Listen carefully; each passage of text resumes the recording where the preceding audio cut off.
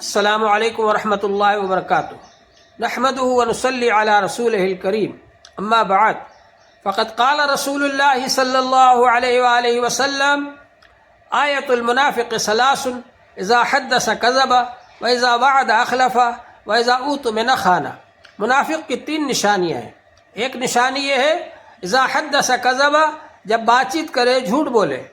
دوسری نشانی یہ ہے واذا وعد اخلف، جب وعدہ کرے تو وعدہ خلافی کرے۔ تیسری نشانی یہ ہے اذا اؤتمن خان، جب اس کے پاس امانت رکھی جائے تو وہ خیانت کرے۔ ہر زمانے کے اندر منافقوں نے ہی اسلام کو اور مسلمانوں کو نقصان پہنچانے کی کوشش کی ہے۔ اس لیے حضور پاک صلی اللہ علیہ وآلہ وسلم نے ہم کو منافقوں کی نشانیاں بتلائیں، اور قرآن پاک کے اندر اللہ جل شانہ نے سورہ منافقون نازل فرمائی۔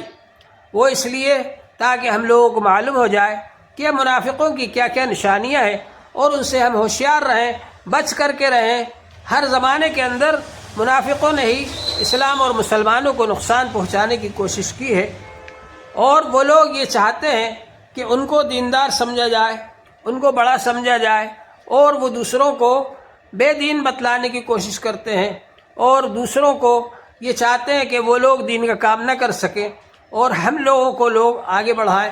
اور علماء کرام جو کہ 8 سال لگا کر آتے ہیں، یا حفاظ کرام جو کہ ائمہ حضرات ہیں، ایسے لوگوں کو پیچھے دھکیلنے کی کوشش کرتے ہیں، اور یہ ظاہر کرتے ہیں کہ ہم خود زیادہ دیندار ہیں۔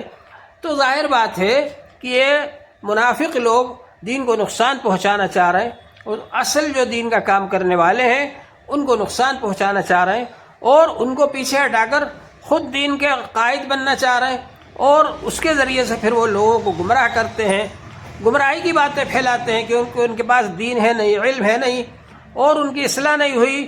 تو ظاہر بات ہے کہ وہ لوگ دین کے نام پر گمراہی پھیلاتے ہیں۔ ایسے لوگوں سے بچنا ضروری ہے۔